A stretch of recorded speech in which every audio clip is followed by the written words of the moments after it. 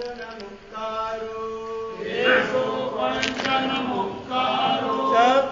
પાવપણાસણો મંગલાણં ચ સવ્વેસિં પડમં વૈ મંગલં ચત્તારી મંગલં હરિહંતા મંગલં સિદ્ધા મંગલં સાહુ મંગલં કેવલી પન્નતો ધમ્મો મંગલ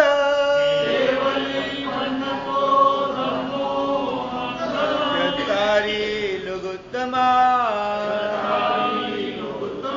હરિહંતા લુગુત્તમા સિદ્ધા લુગુત્તમા સાહુ લુગુત્તમા કેવલી પન્નતો ધમ્મો લુગુત્તમો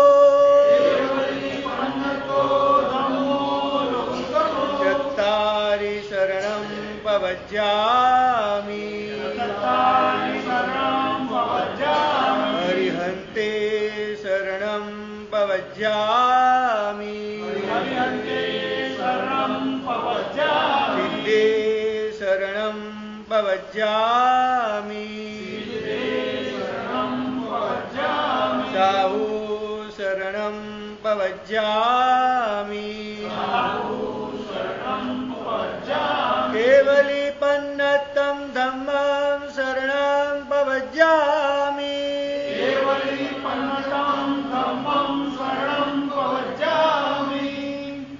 અલિકાળ સ્વર્ણ ભગવાન હેમચંદ્રાચાર્ય રચિત યોગશાસ્ત્રમાં આપણે દેશ વિરોધી ધર્મની વાત જોઈ રહ્યા છે. એમાં 14 નિયમ કીધું કાલે કે સાગર જેટલા પાપ ખાબોચિયામાં આવી જાય એવી આ 14 નિયમની પ્રક્રિયા. બોલો, આટલા દિવસ તમે સાંભળી રહ્યા છો, વિચાર કર્યો કે આપણે કઈ રીતે ધારવું, કઈ રીતે મૂંઝવણ શું આવી રહી છે? પ્રેક્ટિકલ કરશો ને તો આમાં ખ્યાલ આવે. બાકી તો સાંભળવાનું તો અત્યાર સુધીમાં ઘણા બધા મહાત્માએ આપણને 14 નિયમ, 12 વ્રત અને ઘણી બધી આરાધનાની વાતો કરી. પણ તમે એકવાર પ્રયત્ન કરશો તો મૂંઝવણ થશે, થોડી તકલીફ આવશે, કંઈક તમને થોડું તકલીફ આવશે કે 100%. પણ હરેક વસ્તુ નિવારણ છે. બોલો, તમારા બિઝનેસ તમે કરી રહ્યા છો, બોલો એમાં કંઈ પ્રોબ્લેમ વગર સીધો સીધો ધંધો ચાલ્યા કરે? સંસારમાં પણ તમે જીવી રહ્યા છો, સીધે સીધું ચાલ્યા કરે છે? પ્રોબ્લેમ આવે છે ને, અથવા ખબર છે કે ભવિષ્યમાં પ્રોબ્લેમ આવવાનો છે, તો અત્યારથી એના ઉપાય તમે કરો છો. અને પ્રોબ્લેમ અચાનક આવી ગયો તો એને સોલ્યુશન કઈ રીતે લાવવું એ પણ ઉપાય શોધો છે ને. બસ જો ખરેખર તમને અવિરતિ ધર્મ, અવિરતિ જે છે એ ખટકતી હશે અને આ ભવનું મહત્વ સમજાતું હશે અને વિરતિ ધર્મ ખરેખર આ ભવમાં જ મળે છે એવું સમજાશે ને, તો જ આ 14 નિયમ ધારવાની ભાવના થશે. બાકી નહીંતર એવું લાગશે કે આ ઝંઝટ કોણ કરે, આમાં કોણ માથાકૂટમાં કોણ પડે, આ બધું યાદ રહેતું નથી. આ બધી તકલીફો તમારી ફરિયાદો રહેવાની જ પછી. બસ ફરિયાદો કેમ આવે છે? જાતને પૂછવાનું. જ્યારે પણ આ કઈ વાત સાંભળી આરાધનાની વાતો અને અંદરથી મનમાં નેગેટિવ વિચાર આવે ને, જાતને પૂછવાનું કે આ નેગેટિવિટી તારા ક્યાંથી ઊભી થઈ રહી છે, કઈ કારણથી ઊભી થઈ રહી છે? જાતને પૂછો તો ખરા. કમ છે થોડું એટલે કહું કેમ કંટાળો આવે છે? બસ એમ જાતને પૂછો તો ખરા શું અઘરું છે એમ. બસ એમ ચલો એમાંથી 14 દિવસ થોડા જેટલા ગમે એટલા ધારો કમશે એટલા શરૂઆત તો કરો તમે. હા, ખરેખર હકીકતમાં શરૂઆતમાં લાગે તમને કે 7-8 મિનિટ વિચારતા લાગે, પછી જેમ જેમ પ્રેક્ટિસ થતી જશે ને તેમ તેમ તમને ખબર પણ નહીં પડે કે 2 મિનિટમાં આખા નિયમો ધરાઈ ગયા અને એનું આખું સોલ્વ થઈ ગયું અને સંક્ષેપાઈ ગયા એવું તમને પોતાને ખ્યાલ આવશે. નથી ધારતા ત્યાં સુધી લાગશે કે અઘરું લાગશે. અમે અવધાન જ્યારે કરાય ને ત્યારે લોકોને બહુ અઘરું લાગતું હશે કે સાહેબ કઈ રીતે આ થશે, આમ થશે. પણ કર્યા પછી 2 દિવસ એટલી બધી લોકોને મજા આવતી હશે અને છેલ્લા દિવસો તો એમ કહેતા હશે કે સાહેબ ન કર્યું હોત તો પશ્ચાતાપ થતો હતો. ઘરે જ નથી જવું, એટલું બધું ગમી જાય કે કોઈ હિસાબ નહીં કહેવાનો. મતલબ આરાધના અને આનંદ એટલો બધો આવી જાય અંદરથી. બસ એકવાર શરૂઆત કરો તમે. તમને લાગે કે આ 14 માંથી મારાથી 5 ધરાય એમ છે તો જેટલા 5 તો ધારવાનું શરૂ કર્યું તો કમસે કમ બસ બસ મુખ્ય એટલા પાપમાંથી તમે બચી તો જશો કમસે કમ. બસ જ્યાં સુધી આ વીરતીનું મહત્વ અને મનુષ્ય ભવની કિંમત નહીં સમજાય ને ત્યાં સુધી આ પ્રોબ્લેમ રહેવાનો તમારો. ગુરુ બિલકુલ નથી કહું, દીક્ષા અઘરી છે, 14 નિયમ બહુ સહેલા છે, પણ તમને કાલે કીધું ને દીક્ષા લેવાના ભાવ નથી જાગતા, અફસોસ છે કે મારાથી દીક્ષા ન લેવાય, પણ 14 નિયમ મારાથી ધરાતા નથી, એનો અફસોસ આવી જાય ને એકવાર આ સમજાયા પછી અફસોસ આવશે ને તો પણ મારી મહેનત સફળ થશે. બાકી સાહેબજી કીધું, સાહેબજીને કહેવાની ફરજ છે, આપણે સાંભળવાની ફરજ છે, અને હતાની વારે રહેશો તો પછી ખરેખર આપણને પછી શું એક રીઢા થઈ જવાનો એક ભયસ્થાન પર છે.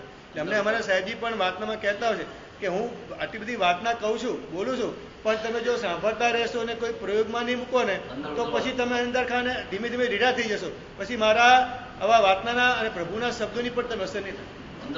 થોડો તો પ્રયોગ કરશો ને તમે, થોડી તો મૂંઝવણ. મોહનીય કર્મ જે છે ને, બસ મોહનીય કર્મ મતલબ મૂંઝવે, તમને મૂંઝવ્યા કરે, સારી વસ્તુ કરવાના ભાવ ન થવા દે, બસ આ જ મોહનીય કર્મ જે છે. બધી અનુકૂળતા હોવા છતાં પણ બોલો દ્રવ્યનો સંક્ષેપ કરો, બોલો દ્રવ્ય ધારો શું બોલો અઘરું લાગે? તમે 50 ધારો ને મેં ક્યાં કહું છું, બોલો કાલથી આજે ધારી દો, બધાને બાધા આપી દો, 50 દ્રવ્યથી વધારે નહીં વાપરવા. બોલો આ પ્રેક્ટિકલ આપણે કરી દઈએ આજે. બોલો 50 કપડાથી વધારે નહીં વાપરવાના, 50 દ્રવ્યથી વધારે નહીં વાપરવાના, સચિતમાં 1 કિલોથી વધારે નહીં વાપરવું. બધા હું તમને ધરાવી દઉં ત્યારે બોલો કહેતા હતા તમે.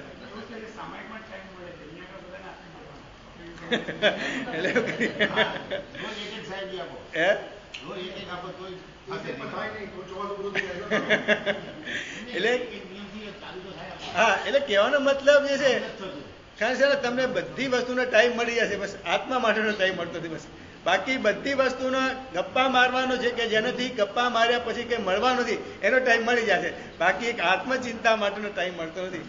પણ બસ એટલું જ રાખજો કે આત્મચિંતા નહીં કરી અને ક્યારે ઉપડી ગયા તો પછી આવા ભાવ ભવિષ્યમાં મળશે કે કેમ. બસ એ ભાવને બસ મુખ્ય છે ભાવની દુર્લભતા છે. એટલે આપણે ત્યારે આગમની જ્યારે વાત કરીએ ને, આગમમાં પહેલા મનુષ્ય દુર્લે ખણું મનુષ્ય જમે, એટલે મનુષ્ય ભાવની દુર્લભતા પહેલા તમને સમજાય ને તો આ બધી ક્રિયા કરવી ગમે.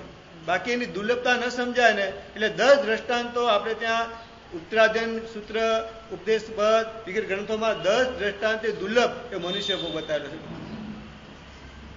10 દ્રષ્ટાંતો બતાવ્યા છે કે આ દ્રષ્ટાંત જે છે કે ભાઈ આ લખ્યું આમાં કે સમીલા અને ધૂસરી લખ્યું છે કે એક કાણાવાળું લાકડું હોય અને એક અણીવાળું લાકડું હોય, અને સ્વયંભૂ રમણ સમુદ્રમાં એક આ કિનારે મૂક્યું અને એક આ કિનારે મૂક્યું, અને મોજાથી તણાતા તણાતા એ બંને લાકડા ભેગા થઈ જાય અને જે કાણાવાળા લાકડામાં ઓલું અણીવાળું લાકડું પ્રવેશ કરી જાય. બરાબર, આ શક્ય નથી કદાચ, પણ કદાચ આ શક્ય બની શકે, પણ મનુષ્ય ભાવ દુર્લભ છે. બોલો આવા અલગ અલગ 10 દ્રષ્ટાંતો બતાવેલા છે ગ્રંથોમાં, આગમમાં બતાવેલા છે. બોલો ત્યાં આગમમાં આ જ પરંપરા આપણે બતાવી છે કે મનુષ્ય ભાવ દુર્લભ છે. બસ તો આપી દઈએ. બોલો પેલું સચ્ચી, ચલો આજનું જ આપી દઈએ. બરાબર, તમે વિચાર લેજો સચ્ચી છે. હે આ પ્રેક્ટિકલ અત્યારે કરાવી દઈએ. બોલો સચ્ચી છે, બરાબર. સચ્ચિતમાં સમજાવ્યું કે જીવ સહિતની વસ્તુ, કાચું પાણી કે 48 મિનિટ પહેલાના ફ્રૂટ વગેરે ન વપરાય તો વધારે સારું, પણ તમારે કાચા શાકભાજી વાપરવા છે, ટમેટા વગેરે અથવા કાકડી સલાડ વાપરવો છે તો એનું એક જ કે ટમેટા અને કાકડી હું વાપરીશ, અથવા ફ્રૂટ 48 મિનિટનું જ્યુસ વગેરે વાપરીશ, તેનું માપ ધારી દો કે આટલા કિલો અને આટલી વસ્તુ. બોલો બોલો 4 વસ્તુ ફ્રૂટ વગેરે છે, ફ્રૂટ વગેરે 2 ફ્રૂટ અને 2 સચિત શાકભાજી, આ 4 વસ્તુ અને બંનેનું માપ ધાર્યું 500 ગ્રામ. બરાબર, બોલો 500 ગ્રામ ખાઈ શકો ને? બોલો આ નિયમ ફાઇનલ તમારો સમજણ પડી ગઈ તમને? 500 ગ્રામ સચિત વસ્તુ વાપરીશ અને એ પણ 2 ફ્રૂટમાં અને 2 કોઈ શાકભાજી, આના સિવાયની, અને પાણીમાં ધારજો, પાણીમાં 10 લીટર કાચું પાણી. બરાબર, પણ હે હા ખરે એટલે હું તમને બંને 500 ગ્રામ કશું, આપણે અત્યારે મોટું ધારો ને એકવાર, બંને ફ્રૂટ પણ 500 ગ્રામ અને શાકભાજી પણ 500 ગ્રામ અને 15 લીટર પાણી. બોલો આ સચિતનો નિયમ તમારો પતી ગયો. બરાબર, હવે દ્રવ્યમાં 50 દ્રવ્યથી આજે વધારે નહીં વાપરવા. પીવાની વાત કરું 15 લીટર આજે વધારે પીવાની વાત, અત્યારે પીવાની વાત છે.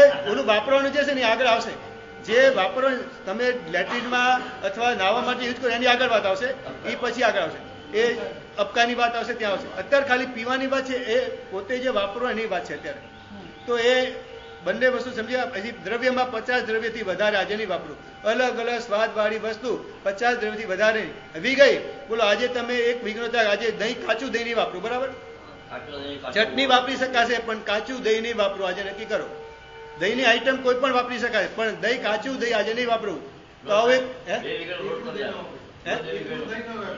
શું?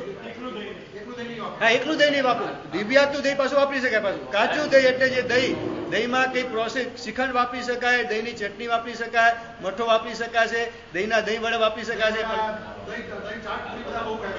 એટલે જ કહું છું આજે ચલો આજનો નિયમ દહીં તમને સાંભળાવ તો ખાલી એક મિનિટ. છાશ વપરા ને, છાશમાં વાંધો નથી. જો છાશ સાંભળ્યો, છાશ વીગઈ નથી, ધ્યાનમાં રાખજો. છાશ જે છે એમાં વલોણું કર્યા પછી માખણ નીકળ્યા પછી છાશ વીગઈ નથી ગણાતી. એટલે જ આપણે જયારે લુખી નીવી કરીએ ત્યારે છાશ વાળી વસ્તુ વાપરી શકાતી હોય છે. છાશ વીગઈ નથી ગણાતી, ધ્યાનમાં રાખજો ભાઈ. અથવા તમને જે ફાવે તે કાચું વીગઈની વાપરી તે અથવા પાકી વીગઈની વાપરી એવું પણ કરી શકાય કે ચલો.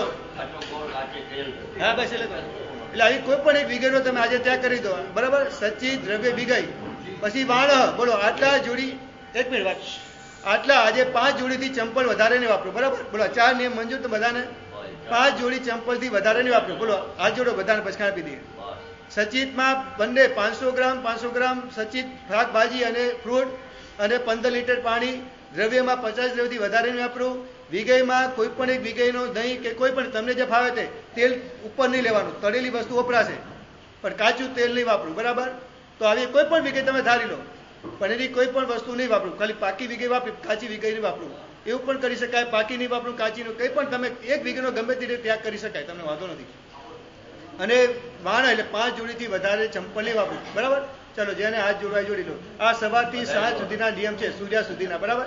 રાત્રે વાપરવાની છૂટ, તમે ના વાપરો તો બધા, પણ આ તો સાદા નહીં વાપરું, બરાબર? ધાણા પીકરે પચકાઈ અને બોગેને એવું સરસે એવું છે. ચાલો, બરાબર? હા, એટલે બસ પ્રયોગ તો જાણે કોઈ પણ વસ્તુ જે છે ને સાંભળી લો. આપણે ત્યાં ધર્મબિંદુ નામનો ગ્રંથ બતાવે છે વૃથા શ્રુતમ અચિંતિતમ. જે કંઈ તમે સાંભળો, જે કંઈ વાંચો પણ એનું જો ચિંતન ન કરો તે વાંચેલું કે સાંભળેલું નિષ્ફળ જાય છે. આ કાગળ આવ્યું બધા જેટલા જો એટલા હમણાં પાછા સાંભળી લો ભાઈ, 1000 નવા છપાયા છે. તમારા સંઘના બધા સભ્યો લઈ જાય ને તો ખૂટશે નહીં. 1000 આ નવા કાર્ડ છપાઈ દીધા છે. હમણાં જ ગાંધીધામથી આવી ગયા છે, 1000 કાર્ડ આવી ગયા છે. એટલે તમે બધા લઈ જશો ને, વ્યક્તિગત લઈ જશો ને તો અમને વાંધો નથી, બધા આપશો અમે. અને એવું લાગશે ખૂટ્યા છે બીજા છપાઈ દઈશું. છપ્પાવાળા ને બધા લઈ જશે ખરા, પેલા પ્રશ્ન પૂરો કરશે. કદાચ લઈ જાય ને તો અમને ચિંતા નથી. કહેવાનો મતલબ એ છે બીજા છપાવતા પણ વાર નહીં લાગે. કોઈ પણ વસ્તુ અત્યારે એટલું કામ ફાસ્ટ ચાલી રહ્યું છે કે 2 દિવસ કદાચ રાહ જોવી પડે, પણ લઈ જશો તો અમને ચિંતા નથી. લાભ લેવાવાળા અત્યારે ઘણા બધા ભાગ્યશાળી ત્યાં છે. અત્યાર સુધીમાં આલોચના બુક અમે લગભગ 10,000થી વધારે છપાઈ દીધી. એક આલોચના બુક 20 રૂપિયાની પડે પણ સામે ચાલીને લોકો કહે અમને લાભ આપો. કારણ કે નાની રકમ કેટલો લાભ મોટો મળે. બોલો 20,000 રૂપિયાની 1000 નકલ, 20,000 રૂપિયાનો 1000 નકલનો લાભ મળે. પણ 1000 બુક એક વ્યક્તિ આલોચના લઈ ને પ્રાયશ્ચિત કરીને શુદ્ધ થાય. બોલો કેટલો મોટો લાભ કે આમ જોવા જઈએ તો. લાભાર્થી પરિવાર ખૂબ છે. તમે લેવા માટે તૈયાર થો, બસ આ 14 ધારવાડ શરૂ કરો, આલોચના લેવા માટે તૈયાર થઈ જાવ. ભાઈ બાકી સામગ્રી આપણી પાસે પૂરતા પ્રમાણમાં છે, એની ચિંતા નહીં કરતા. એટલે જે કંઈ આપણે સાંભળીએ જે છે ને એનું જો ચિંતન ન કરીએ, એના પ્રયોગમાં લાવવાની કોશિશ ન કરીએ તો સાંભળેલું જે છે આગળ જતા એવું બને કે એમાં એ સાંભળીને આપણે રીઢા થઈ જાય એવું બની શકે. કે જ્યારે પણ ગુરુ ભગવાનનું પ્રવચન સાંભળે ને એમાં જોવાનું કે આમાંથી હું કઈ વસ્તુ પાડી શકું આજના દિવસ માટે, અથવા આખી જિંદગી માટે કઈ વસ્તુ પાડી શકું. બોલો કોઈ પણ ગુરુ ભગવાન જે તમને સમજાવશે ને કે બધી વસ્તુ અઘરી આવતી નથી. બોલો તમને લાગે કે આખા દિવસમાં આજે ગુરુ ભગવાન કઈ વસ્તુ સમજાય, એમાં હું કઈ વસ્તુ કરી શકું, પછી એટલું ટ્રાય કરી દો તમે. તો આ 4 ચાલુ બરાબર. હવે વિલેપન જે શયન, વિલેપનમાં શરીરે ચોપડવાની વસ્તુ જે છે સાબુ, ચંદન વગેરે, અત્તર, પાવડર, ક્રીમ, ટ્યુબ, બામ, લોશન, મેકઅપ વગેરે જે કરવામાં આવે તો આ બધું જે કંઈ તમે કેટલા ગ્રામ લગાવશો અને કેટલી વસ્તુ એવી પણ ધારો તો વધારે સારું. બાકી ગ્રામ ઉપર ધારી દો ને કે તેલ આટલું લગાવીશ, ક્રીમ આટલું લગાવીશ, આટલું બામ વગેરે આટલા ગ્રામમાં લગાવીશ, કે આખી તમે ડબ્બી કોઈ પણ વસ્તુ ખાલી કરી શકતા નહીં, અને કોઈ પણ વસ્તુ આવે તેલની ડબ્બી તો 20 ml કે 25 ml આવતી છે, એક દિવસમાં તમારે ખાલી થતી નથી. લગભગ બધું ધારો ને તો 20 ml થી કે વધારે કે વસ્તુ થતી લગભગ નહીં થતી હોય તમારે. તો ધારી દો કે આખા દિવસમાં કેટલો વિલેપન જે કહી શકાય, વિલેપન જે છે ને એ પણ શૃંગારના લગભગ મોટા ભાગના સાધુ. બામ વગેરે છે એ કઈ શરદી વગેરે રોગ માટે છે, પણ બાકી બીજી તેલ વગેરે કે ક્રીમ વગેરે ગણે તો એક શૃંગાર માટેનું છે. તો એ જેટલી વસ્તુ ઓછી વપરાય એ બધી વધારે સારું, કારણ કે એનાથી પોતાની જાત ઉપર અને પોતાના શરીર પ્રત્યેનો રાગ વધારે પોસાય છે. વિલેપન કરો તમે જોજો, જેટલો શરીરે મેકઅપ વગેરે વધારે કરો એટલું રાગ વધારે શરીર પર મમત્વ ભાવ વધે, અને પછી એ શરીરને કંઈ થાય એટલે પછી આપણે દુઃખી થઈ જઈએ. હવે પણ ધીમે ધીમે આવશે, તમે જો ધીમે ધીમે બધું આવશે. હવે અઘરું નથી, દિવસો દૂર નથી. બધા પુરુષો અમુક વસ્તુ કરતા તો શરૂ થઈ ગયા છે, મહેંદી મુકાતા શરૂ થઈ ગયા, અમુક વસ્તુ શરૂ થઈ ગઈ છે, એટલે એ મેકઅપ પણ આવશે આગળ જતા ભવિષ્યમાં. હા, એટલે જ કહું છું. એ હમણાં જોક્સ વાંચ્યો હતો કે જે છે એક બેન સવારમાં મેકઅપ કરતા હતા, એના ઘરવાળાએ કીધું કે અત્યારે સવારમાં મેકઅપ કરો, અત્યારે કોઈ પાર્ટીમાં જવાનું, અત્યારે સવારમાં મેકઅપ કરો કે બેસી ગઈ, તો કે અમારે ફેસબુક પર ફોટો મૂકો છે એટલા માટે મેકઅપ કરું છું. એટલે એક બીજો પણ જોક સાંભળ્યો તો, એક બેન વજન કરવા માટે ગયા, તો મેકઅપ પહેલાનું વજન અને મેકઅપ પછીનું વજન એ બંનેમાં ઘણો બધો ફરક પડી ગયો. એટલે આવા બધા જોક્સો પણ હમણાં હોતા હોય છે. એટલે એટલો બધો મેકઅપ ને બધું વધારે પડતું થઈ ગયું છે ને અત્યારે, કે આપણને લાગે કે બિનજરૂરી વસ્તુ અત્યારે, અને પહેલા શું અમુક પ્રસંગ હતો, હવે તો નાના પ્રસંગમાં અને બિનજરૂરી થઈ ગયું લાગે આપણને.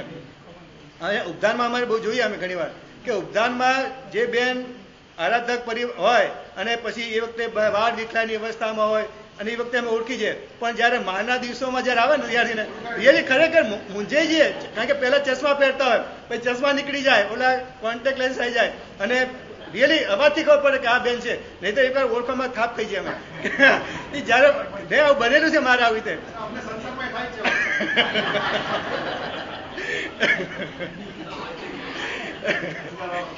એટલે રિયલી ઓળખવામાં થાપ થઈ જાય એવી હાલત તમારે કોકર બનતી હોય છે કે આ જ બેન છે ખરેખર. એમ એ બોલે ત્યારે ખબર પડે કે ખરેખર આ બેન છે, નહીતર ખબર પડે એટલું બધું વધારે પડતું કરીને આવે કે ખબર ના પડે કે આ બેન આ જ હતા કે પેલા હતા.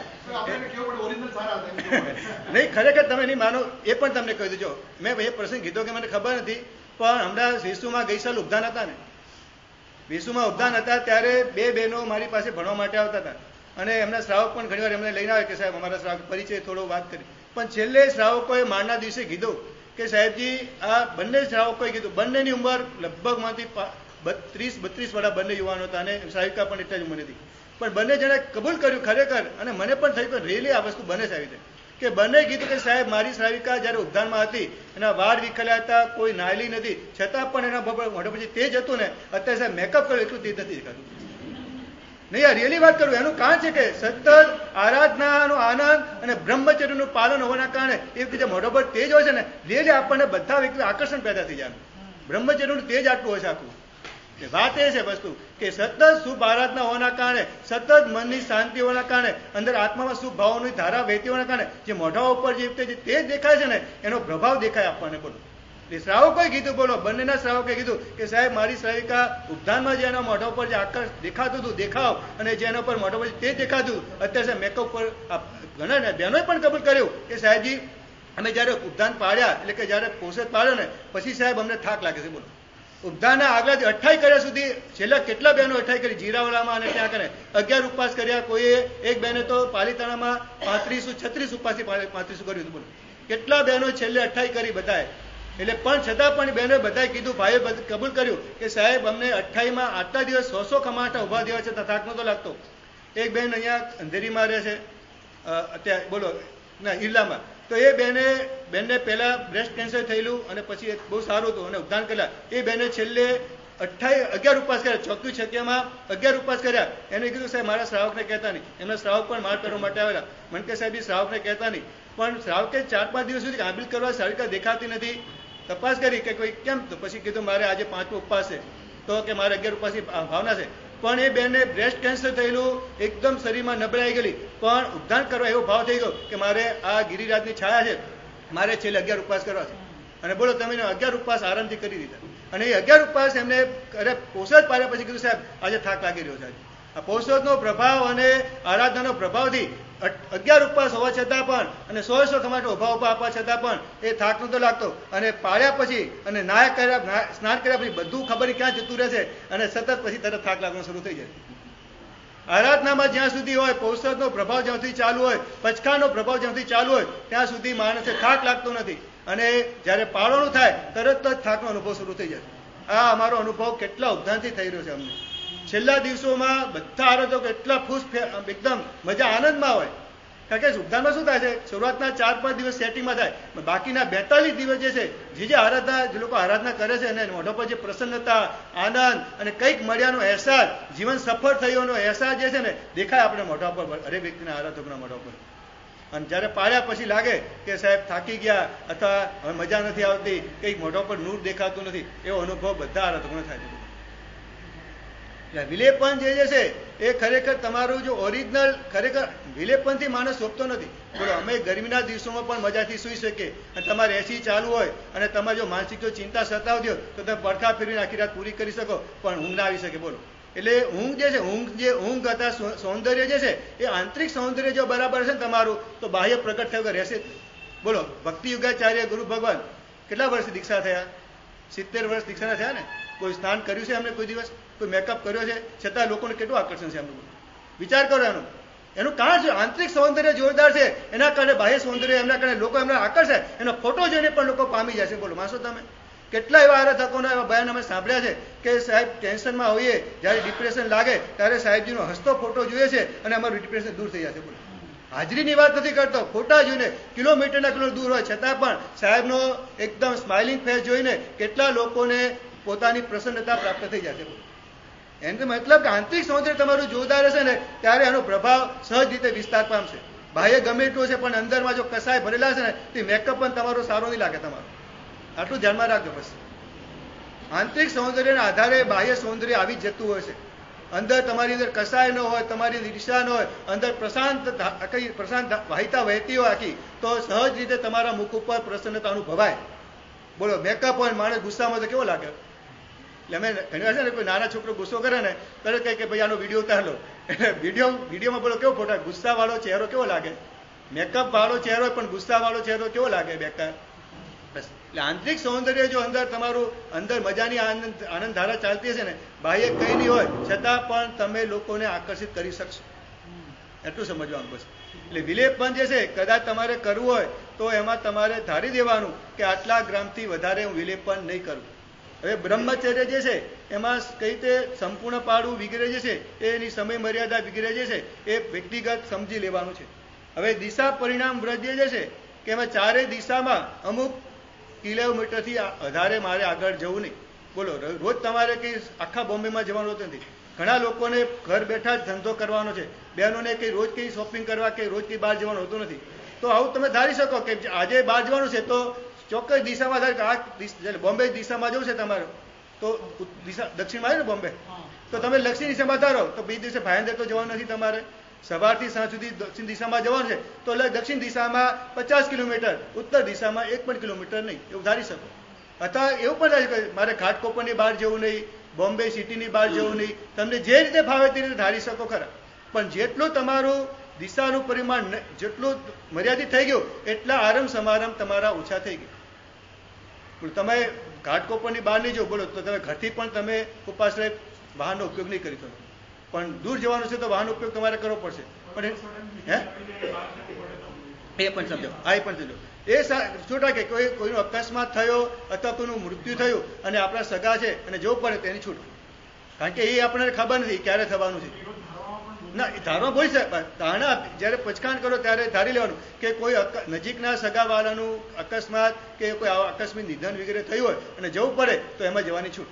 અથવા શાસનના કોઈ કામ આવે, આપણે અન્નથડા ભોગેણમ અને જે મહત્રાગણ સર્વસંગમ જે છે શાસનનું કોઈ કામ આવે તો પાછી બધા નિયમોમાં છૂટ હોય છે. પાછી શાસનનું કામ આવે અથવા કોઈને સમાધિ આપવાનું કામ જ્યારે આવે જે આવશે આપણે આગળ બધું આગળ સમજાવે છે બધા બધા આધારો મારે સમજવાની ભાવના છે કે આખું સવારના વ્યાખ્યાનમાં શ્રાવકની દિનચર્યા અને પછી અમે જ્યારે પચખાની વાત આવશે ત્યારે 10 પ્રકારના પચખાનું આખું પચખાણ પાસે છે અને બધા જ પદાર્થો મારે સમજવાની ભાવના છે કે એ બધા જ આગળો એકદમ ડિટેલથી વ્યવસ્થિત અને અત્યારના વર્તમાન કાળના ઉદાહરણ સાથે તમને એ બધા જ આગળો સમજાવવાની ભાવના છે.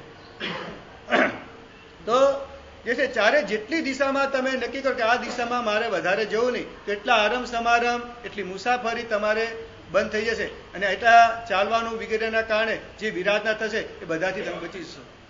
તો તમારે ચારે દિશામાં આમ 10 દિશા આપણે ત્યાં બતાવેલી છે પણ મુખ્ય 4 દિશા આપણે રાખો ને કારણ કે બધા ખૂણા તમને નહીં ફાવે પણ આપણે ત્યાં 10 દિક્પાલું પૂછ્યા ને 10 દિશા છે 4 દિશા 4 વિદિશા અને ઉર્ધ્વ અને અધો દિશા આમ 10 દિશામાં 10 ધરા તો બહુ સારું પણ તમને બધું ના ફાવતું તો 4 દિશા ધારી લો કે આ 4 દિશામાં કઈ દિશામાં મારે કેટલા કિલોમીટર જવું.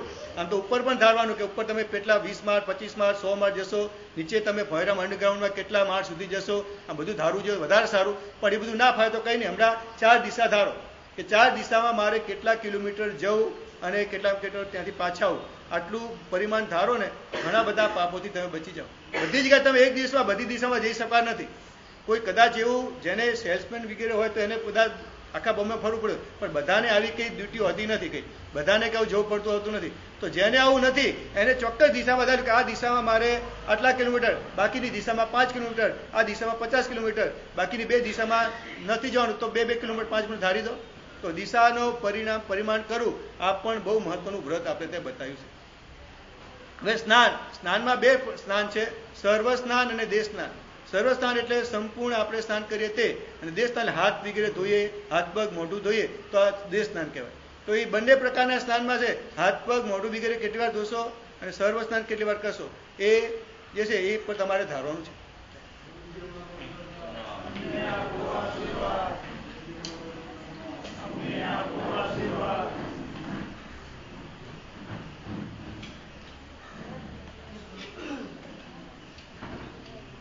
અમારો અંતરનાથ અમને આપો આશીર્વાદ, અમારો અંતરનાથ અમને આપો આશીર્વાદ. બોલો જી શાસન દેવ ઈચ્છામિ ખમાસનો મંદિર જાણી જય ઈચ્છામિ ખમાસનો મંદિર જાણી જય ઇસ્તા સૂર્ય સુખતપ શરીર નિરાવાદ સુખ સંજમ યાત્રા દેવો છોડી ઈચ્છામિ ખમાસનો મંદિર જાણી જય ઈચ્છાગાર સંદેશાવાદ અભોખ્યમે વિક્રમ રામ ખાલ્યો જાનકી આપત્તિ અમરવતી અમરતે પાણે વચ્ચે આલામે સર્વચાસને સમાસને અંતર્વર્તે ઉની ભાષાએ જાનકી મરચાવીને પડે આપણે વસ્તુ 2 જણા આમ 3 જણા શામી નવાજનો દેવ જાણી જે સેમદરમના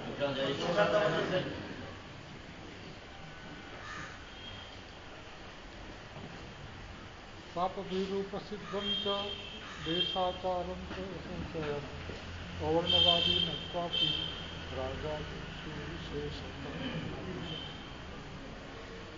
વર્ગાનુસારીનો ગુણ છે પાપથી ડરવું, પાપ ભીરું. સામાન્ય રીતે વાઘ કે સિંહ છે ને એ કોઈથી ના ડરે પણ અગ્નિથી ડરે. મારે એક વખત બિહારમાં સાથે ભીલ હતો, જંગલમાંથી રસ્તો, તો એને પૂછ્યું કે જંગલમાં કોઈ વાઘ સિંહ કે આવું બધું હોય ત્યાં હોય કે? તો કે તમે જતા હો ને રસ્તામાં સામે આવે તો શું કરો? એ કે મારા સામે કૂતરાઓ છે ને એ એમ જનરલી આપણી સામે આવે નહીં કે એના રસ્તે જતા આપણે ઉભા રહીએ વયો જાય કે, અને કદાચ કોઈ એવો આવી જાય ને તો અમારું શર્ટ કાઢીને દિવાસળી ચાંપી દઈએ અને લાકડી આમ કરીએ ને એટલે ભાગી જાય છે. એ આગની સામે ઊભો ના રહે. તો વાઘને સિંહ છે એ માત્ર આગથી ડરે, બીજા કોઈથી. એમ ધર્મી માણસ છે ને માત્ર પાપથી ડરે, બીજા કોઈથી ના ડરે. જિંદગીમાં કોઈ ખોટું કામ કરવું નહીં, અને ખોટું કામ ન કરો તો પછી તમારે કોઈથી ડરવાની જરૂર નથી. એટલે આપણા હૃદયની અંદર એક એવું કેમિકલ્સ લગાડવાનું હોય કરુણાનું, પાપ વિરુદ્ધતાનું, કે કોઈ પણ પાપ કરવાનો પ્રસંગ આવે ને આમ તમારું હૃદય કંપવા માંડે, ધ્રુજવા માંડે, કરે મારે જુઠ્ઠું બોલવું પડશે, મારે અનીતિ કરવી પડશે. કદાચ વકીલે તમને કીધું હોય કે કોર્ટમાં તમારે આમ બોલવાનું અને તમારે બોલવું પડે પણ અંદર થાય કે મારા ભગવાને ના પાડી છે જુઠ્ઠું બોલવાની અને મારે જુઠ્ઠું બોલવું પડે છે. આવું અંદરથી ડર હોય અને એનો ધ્રુજારો હોય તો પાપ કરવા છતાં પાપનું કર્મબંધ ઓછો થાય. અને રાચી માચીને માણસ પાપ કરે તો એ પાપનો કર્મબંધ અત્યંત તીવ્ર થાય.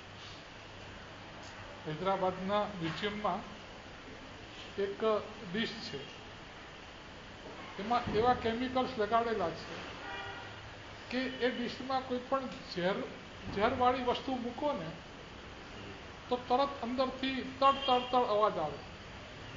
કેમ કે જે કેમિકલ્સ છે ને એન્ટી પોઈઝન કેમિકલ્સ લગાડ્યા છે. એટલે કોઈ પણ પોઈઝનવાળી વસ્તુ એમાં આવી જાય તો તરત પેલા કેમિકલ્સ છે એની પ્રોસેસ થાય અને અંદરથી અવાજ આવે તડ. એટલે માણસને ખ્યાલ આવી જાય કે આમાં ઝેર ભેળવેલું છે, આ ખાવા જેવું.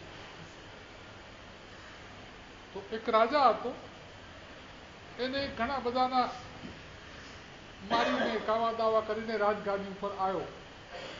હવે એને પોતાને પણ ડર રહ્યો કે મને કોઈ ઉથલાઈ નાખશે, મને કોઈ ઝેર આપીને મારી નાખશે. આ બધા ભય સતત.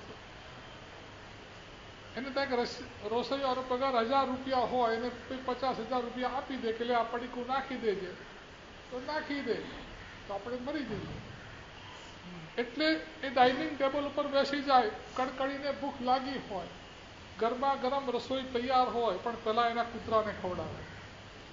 પછી અડધો કલાક એના ચહેરા ઉપર જોયા કરે કે આને કોઈ પોઈઝનની અસર છે કે નહીં. પછી લાગે કે આને કોઈ પોઈઝનની અસર નથી, પછી ઠંડી થયેલી રસોઈ ખાય પણ ગરમ રસોઈ ન ખાય. એક એન્જિનિયરને ખ્યાલ આવી ગયો કે રાજાને આ તકલીફ છે. એને એ ડીશની અંદર એન્ટી પોઈઝન કેમિકલ્સ લગાડી દીધા અને રાજાને કીધું કે હવે તમારે કૂતરાનું મોઢું જોઈ અને અડધો કલાક બેસવાની જરૂર. હવે તમારે જે ખાવું હોય આમાં મૂકવાનું. જો એ ખોરાકમાં ઝેર ભરેલું હશે તો તરત જ એમાંથી અવાજ આવશે, તમને ખ્યાલ આવશે કે આ ખાવા જેવું. અને જો કોઈ અવાજ ના આવે તો સમજવું કે આમાં કોઈ જોખમ નથી, તમે ખાઈ શકો છો. રાજનજી આ તો બહુ સારી વસ્તુ છે. ટેસ્ટ કર્યો, ખોરાક મંગાવ્યો, મૂક્યો ડીશમાં, કોઈ અવાજ ના આવ્યો. પછી થોડું પોઈઝન ભેળવીને મૂક્યો તો અંદરથી અવાજ આવ્યો. રાજનજી કે આ વસ્તુ બરાબર છે. પેલાને ખૂબ સારું ઇનામ આપી અને એ ડીશ લઈ લીધી. હવે જ્યારે પણ જમવું હોય ત્યારે એ ડીશમાં મૂકી અને જમે. ડીશમાં અવાજ ના આવે એટલે વાત પાકી કે આમાં ઝેર નથી. એ પછી રાજા મરી ગયો. રાજા ગયા ને રાજાના સાલિયાણા ગયા, પણ ડીશ હજુ મ્યુઝિયમમાં સચવાયેલી છે. તો શાસ્ત્રકારો કહે છે કે ધર્મી માણસનું હૃદય છે ને એ આ ડીશ જેવું હોય. એમાં એન્ટી પોઈઝન કેમિકલ્સ લાગ્યા હતા. આપણા હૃદયમાં પાપ વિરોધી કેમિકલ્સ લાગવા જોઈએ. હિંસા વિરોધી, પાપ વિરોધી કેમિકલ્સ લાગ્યા હોય. પછી કોઈ પણ હિંસા કરવાનો પ્રસંગ આવે, આપણું હૃદય ધ્રુજે કરે, નહીં આવું ના કરે. જૂઠું બોલવાનું થાય, કોઈ પણ પાપ કરવાનું થાય તો તમને જો અંદરથી હૃદય ધ્રુજવા માંડે ને પછી કદાચ તમારા સંજોગો એવા હોય કે તમારે ખોટું કરવું પણ પડે, પણ જો ધ્રુજતા ડરતા ને રડતા જો પાપ કરો તો એ પાપનો બંધ અપોસી હોય બંધો. અને પાપનો જેટલો તમને પશ્ચાતાપ થાય, પાપનો જેટલો ધ્રુજારો થાય એટલા તમારા કર્મોની નિગ્રહ થાય. ગોસાળો છે ને એને ભગવાનના પાસેથી બધું તેજો લેશિયા ને બધું શીખ્યો અને પછી પોતે જ તીર્થંકર છે એવી જાહેરાત કરી દીધી અને પોતાનો આજીવક સંપ્રદાય ચાલુ કરી દીધો. અને આ દુનિયામાં તો ચમત્કારને નમસ્કાર કરવા વાળા ઘણા હોય છે. એની પાસે એવી શક્તિ હતી કે આમ કોઈના ઉપર મૂકે તો બાળીને ભસ્મ કરી નાખે. એટલે લોકો ડરથી પણ એના ભક્ત બની જાય. તો એના 7 લાખ અનુયાયીઓ હતા અને એમ કે હું તીર્થંકર છું, હું સર્વજ્ઞ છું, હું ભગવાન છું. અને શ્રાવસ્તી નગરીમાં ગોસાળો હતો અને ભગવાન મહાવીર સ્વામી ભગવાન વિહાર કરતા કરતા ત્યાં પધાર્યા. એટલે આકાશમાં બધી દેવદૂતીઓ થઈ ગઈ. બહુ બહુ પ્રભાત મૌએ ભજત મેનમ નાગત્ય નિવૃત્તિ પુરીન પ્રતિ સાર્થવાહમ. ત્યાં મોક્ષ નગરના સાર્થવા પરમાત્મા મહાવીર પ્રભુ પધાર્યા છે.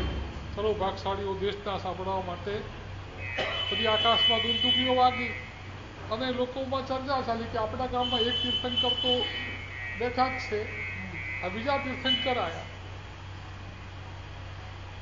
કોઈકે ભગવાનને પ્રશ્ન કર્યો કે ભગવાન, અમારા ગામમાં એક ગોસાળા નામના તીર્થંકર છે અને તમે બીજા તીર્થંકર, તો આ ગામમાં 2 તીર્થંકર છે. ભગવાન કે તીર્થંકર નથી, એ છદ્મસ્ત છે, મારી પાસે કેટલાક વર્ષ રહેલો છે અને એ માણસની પાસે તેજો નિષ્ઠાની લબ્ધિ છે, બાકી એની પાસે કોઈ સર્વજ્ઞ કે કેવળ જ્ઞાન કે એવું કંઈક છે, એ તીર્થંકર નથી. એટલે ગામમાં ચર્ચા ચાલી કે આ ગોસાળો તો ભગવાન મહાવીરની પાસે રહી ગયેલો છે, એમનો ચેલો છે અને એમની પાસેથી જ આ બધું તેજો નિષ્ઠાન બધું શીખેલો છે. ગોસાળાને થયું કે મારા માટે કોઈ આવી વાત કરે તો મારી વેલ્યુ ડાઉન થાય છે. તો ભગવાનના મહાત્માને કહ્યું કે તારા ભગવાન મહાવીરને કહી દેજે કે આવી વાત કરે નહીં તો આનું પરિણામ સારું આવશે. મહાત્માએ ભગવાનને વાત કરી, મને ગોસાળાએ આવું કહ્યું છે. ભગવાન કે ગોસાળો અત્યારે આવી જ રહ્યો છે અને અત્યારે ગુસ્સાથી ધમધમતો છે. જો કોઈ એની વચ્ચે આવ્યા ને તો તેજો રેશિયા માટે ગૌતમને કહી દો કે કોઈ પણ સાધુ એની જોડે ચર્ચા ન કરે, ક્રોસ ન કરે. બધા સાધુઓને સૂચના આપી દીધી. ગોસાળો આવ્યો તો તમે એમ કહો છો કે ગોસાળો મારો ચેલો હતો ને એ તમારો ચેલો તો મરી ગયો ત્યારનો, હું એના શરીરમાં દાખલ થયેલો બીજો છું અને હું ખરેખર તીર્થંકર છું. તમે આવી બધી વાત નહીં કરો. ભગવાન કે તું ગમે તેટલી બનાવટ કરે ને મારા કેવલ જ્ઞાનમાં કંઈ છુપાવી શકાતું નથી. 2 મહાત્માઓ વચ્ચે ક્રોસ કરવા ગયા તો એના ઉપર તેજો લેશા મૂકી દીધી અને ભગવાન ઉપર પણ તેજો લેશા મૂકી. ભગવાનને 3 આંટા મારી અને તેજો લેશા પાછી ગોસાળાના શરીરમાં દાખલ થઈ અને એને બળતરા ચાલુ થઈ ગઈ એટલે ત્યાંથી ભાગ્યો.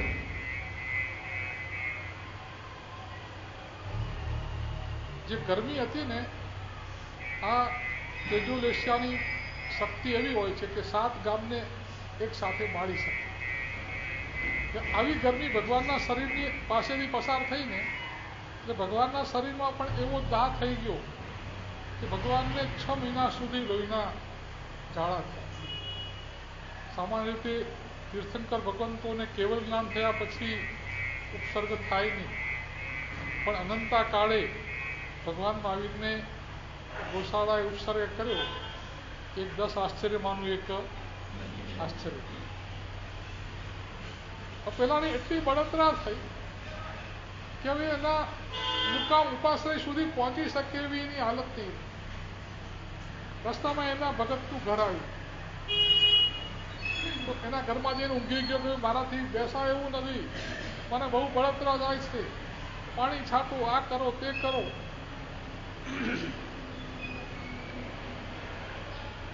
એ વખતે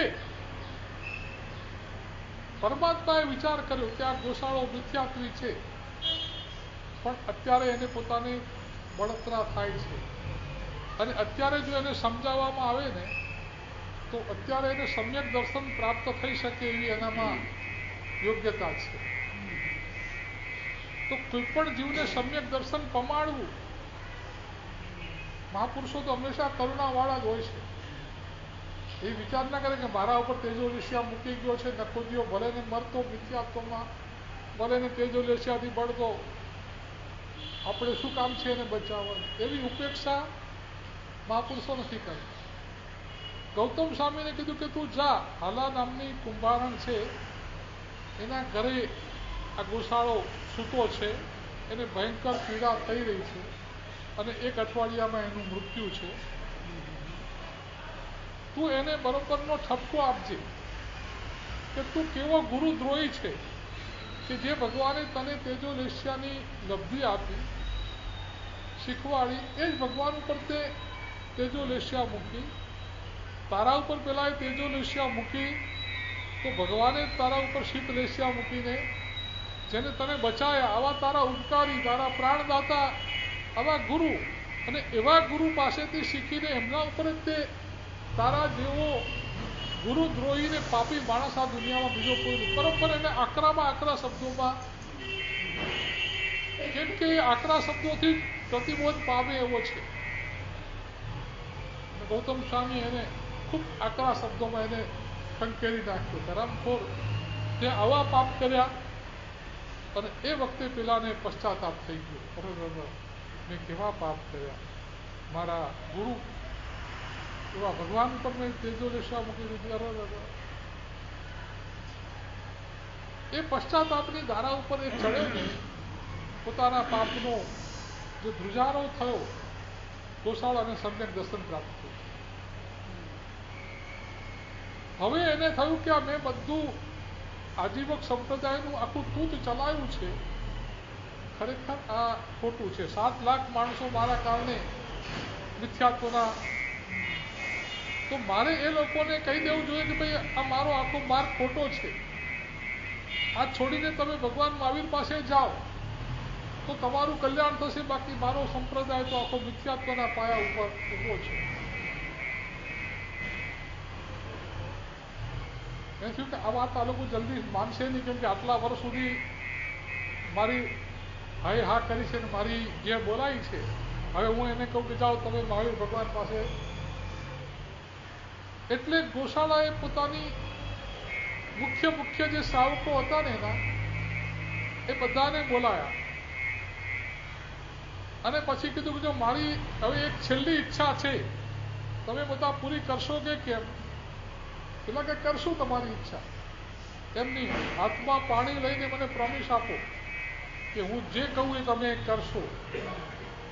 પેલા બધા હાથમાં પાણી લીધું અને પ્રોમિસ આપ્યું. પછી એને કીધું કે જુઓ, અત્યાર સુધી મેં તમને જે સમજાવ્યું છે આજીવક સંપ્રદાયના, આ બધા સિદ્ધાંતો ખોટા છે. આ આખો ધર્મ મિથ્યાત્વ છે. સાચો ધર્મ તો ભગવાન મહાવીરનો છે. એટલે હું મરી જાઉં તો મારી કોઈ પાલખી કાઢશો નહીં, કોઈ ચંદનની ચિતા બનાવશો નહીં, કોઈ કૂતરું મરી જાય તો ભંગી છે ને એના પગે દોરડું બાંધી અને દસડીને ઉકરડામાં ફેંકી દે. એમ મારા પગે દોરડું બાંધી અને શ્રાવસ્તી નગરીની આખી નગરીની બધી શેરીઓમાં મારા મળદાને ઘસડજો અને તમે ઢોલ વગાડીને કહેજો કે ગોશાળો 1 નંબરનો ગુરુદ્રાહી હતો, પાપી હતો, મિથ્યાત્વી હતો, એનો આજીવક સંપ્રદાય એક બોગસ તૂત હતું, માટે આ બધું તમે છોડી દેજો અને ખરેખર ભગવાન મહાવીર છે, એમનો સિદ્ધાંત સાચો છે. આત્માનું કલ્યાણ કરવું હોય ભગવાન મહાવીરના શરણે આવું તમે આખા ગામમાં દંડેરો પીડતા જજો, શેરીએ મારું શબને ઢસડતા જજો અને પછી મારા શબને બહાર ક્યાંક ફેંકી દેજો.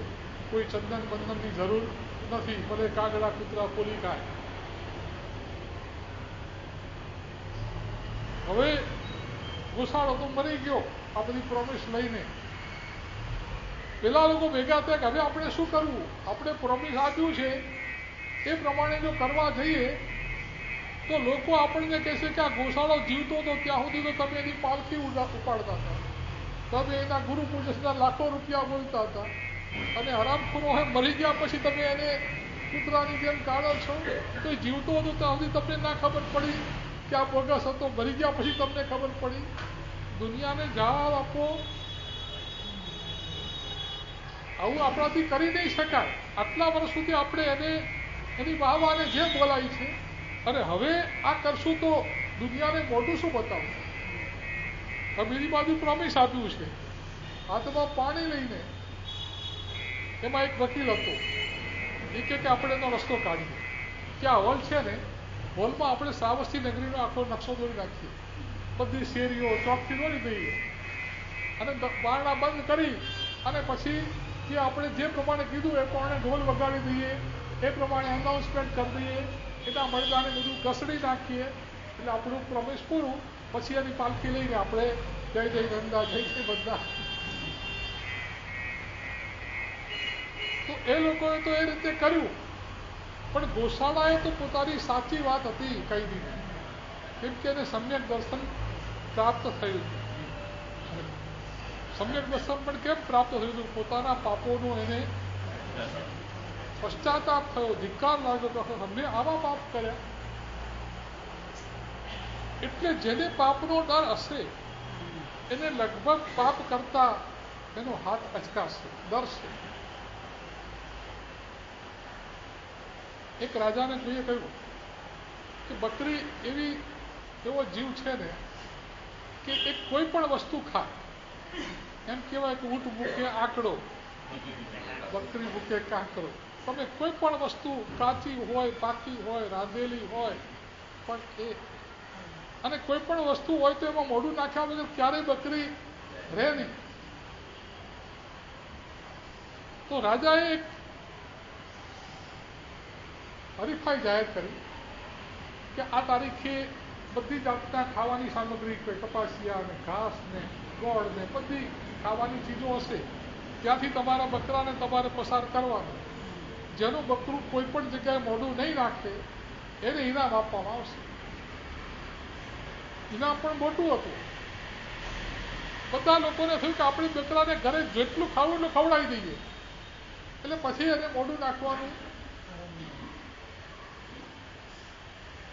પણ એક માણસ બહુ હોશિયાર હતો. એને જોયું કે બકરું છે ગમે એટલું ધરેલું હોય ને પણ કંઈક ખાવાનું જોઈએ એટલે મોઢું તો નાખશે. તો એને બકરાને અઠવાડિયાથી પ્રેક્ટિસ પાડી કે એને ખાવું એટલું ખાવા દો. પછી પોતે ખભો લઈ ઉપર દંડો લઈને ઊભો રહે ને, અને પછી પેલું જો ખાય તો તરત માથા પર દંડો મારે. આવું 5 વખત થયું એટલે હવે બકરું છે ને જોવે કે પેલાના ખભા પર દંડો છે તો ખાય નહીં, કે જ્યારે બાજુમાં ના હોય ત્યારે ખાય.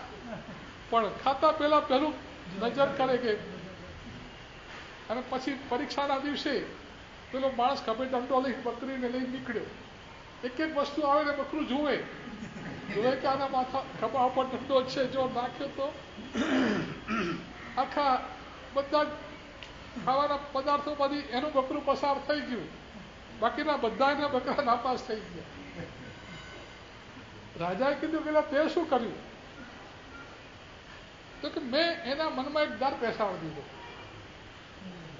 આ દંડાનો ડર, કે જો મોઢું અંદર નાખ્યું તો માથા ઉપર દંડો પડશે. એમ શાસ્ત્રકારો કહે છે કે તમને પાપનો ડર બેસી જાય,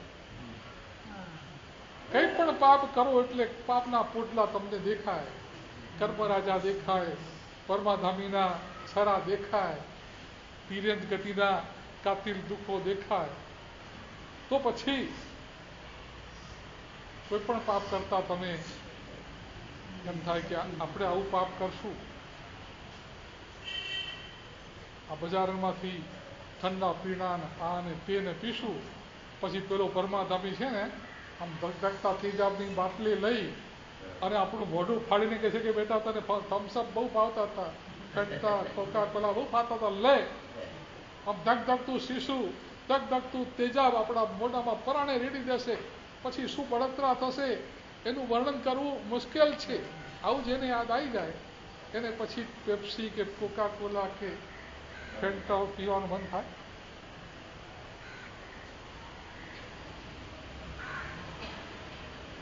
એટલે જેને પાપનો ડર લાગી જાય એ માણસ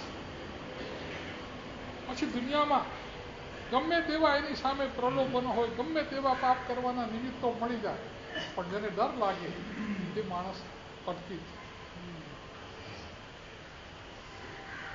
એક વખત એક રાજાની સભામાં વાત ચાલતી હતી કે આપણે બધા સંસારી લોકો છીએ, કેટલી જાતના વિષયો કસાયોમાં ડૂબેલા છીએ, અને આ મહાપુરુષો સાધુ ભગવંતો પંચ મહાવ્રતધારી છે, કેટલા બધા ગમે તેટલા વિષયોના પદાર્થો એમની સામે હોય નજર પણ ના કરે, અને બધાથી ત્યાગ કરી અને કેવું વૈરાગ્યમય જીવન જીવે છે. ત્યારે એક નગર શેઠનો છોકરો હતો ને, એક ના એવું કંઈ ના હોય કે સાધુ મહારાજો બધા 2 નંબરમાં બધા પાપો કરતા જ હોય, એ તો બધા જાહેરમાં બધા સફેદ કપડાં પહેરીને, બાકી કોઈ પણ જાતના સારા ભોગના પદાર્થો આવે ને તો આ દુનિયામાં કોઈ માણસ એના તરફ લલચાયા વગર રહે જ નહીં.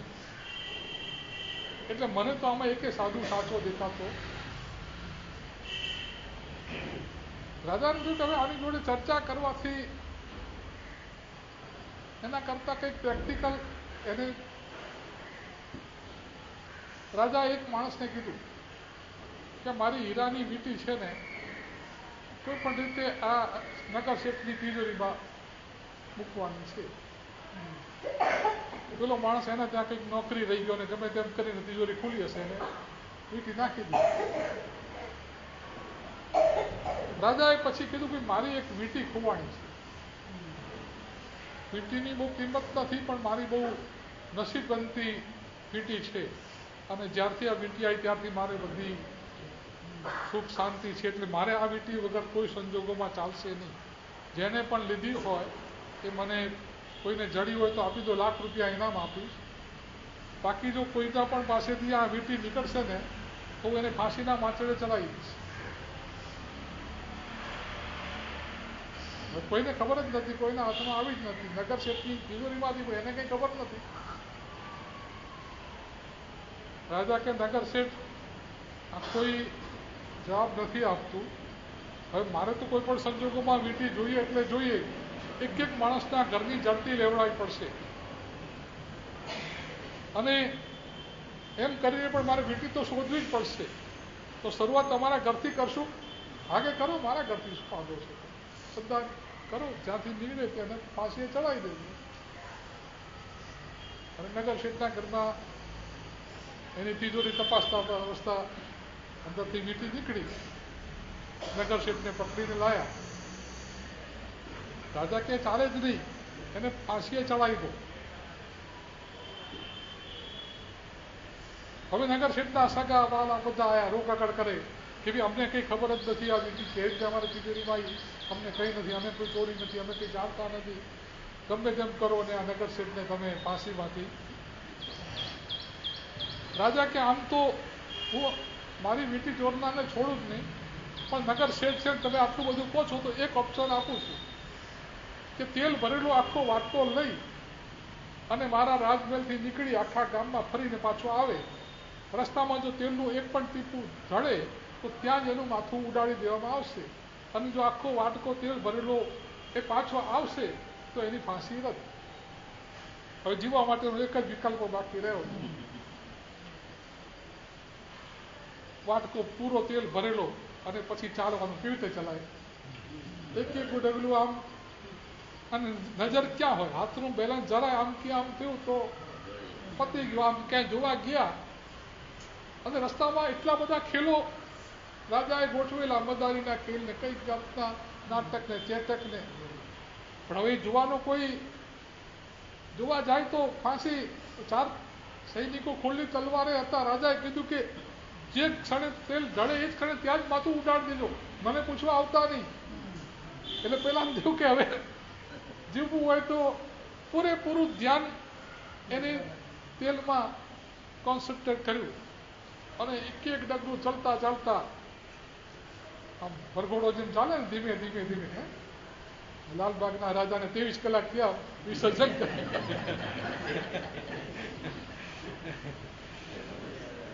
અને આખા ગામમાં શેરીઓમાં ફરતો ફરતો ફરતો કેટલાય કલાકો પછી રાજમહેલમાં આવ્યો ને પૂરું એક પણ ટીપું નહીં ઢળ્યું, હાશ થયું.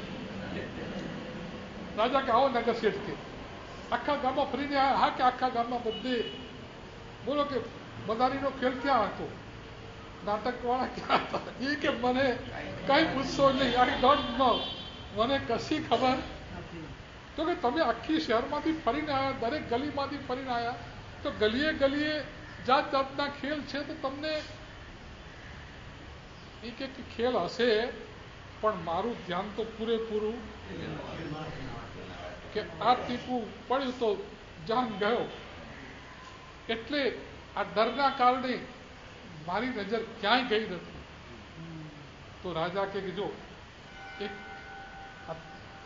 તારી સામે જ બધા ખેલો ચાલતા હતા પણ તને મોતનો ડર હતો ને, તો તારું ધ્યાન પૂરેપૂરું ખેલના વાટકામાં રહ્યું, ક્યાંય ખેલમાં કે નાટક ચેટકમાં ન ગયું. એમ આ બધા જે સંયમીઓ છે મહાત્માઓ, એ લોકોને પાપનો ડર છે, દુર્ગતિનો ડર છે, નરકનો ડર છે. અને એમ થાય કે આ સંયમમાં કંઈ પણ અતિચાર લાગ્યો, સંયમમાં કંઈ પણ દોષ લાગ્યો, એકાદ પણ આચારનું ટીપું ઢળી ગયું તો આપણને કેટલા બધા કર્મો લાગશે. આપણે જે પચખાણ લીધું છે, મહાવ્રતો ઉછર્યા છે, કરેમબંતે ઉછર્યું છે, એ કરેમબંતે જે ભગવાનની સાક્ષીએ ગુરુની મહારાજના મુખ્યથી કરેમબંતે ઉતર્યું છે, જે મહાવ્રતો ઉછર્યા છે, જો આમાં કંઈક ચૂક થઈ ગઈ તો આપણે દુર્ગતિના દરવાજા જોવા પડશે. આવો ડર એમને હોય છે. એટલે એ બધા ગમે તેવા વિષયોના એમની પાસે નિમિત્તો હોય પણ ક્યાંય એ વિષયોમાં કસાયમાં બોલો. હવે તમારા મગજમાં વાત બેસે છે? હા કે હવે પ્રેક્ટિકલ થઈ ગયું કે મારી સામે બધા ખેલ હતા પણ મારું ધ્યાન તેલના વાટકામાંથી ક્યાંય ગયું નથી. તો પછી મહાપુરુષોનું પણ ધ્યાન પોતાના સંયમમાં બરોબર હોય અને ક્યાંય દુનિયાના કોઈ રાગ રંગ ક્યાંય એમનું ચિત્ત જાય નહીં. આ વાત હવે મારા મગજમાં બરોબર બેસી જાય છે. અને હવે મારે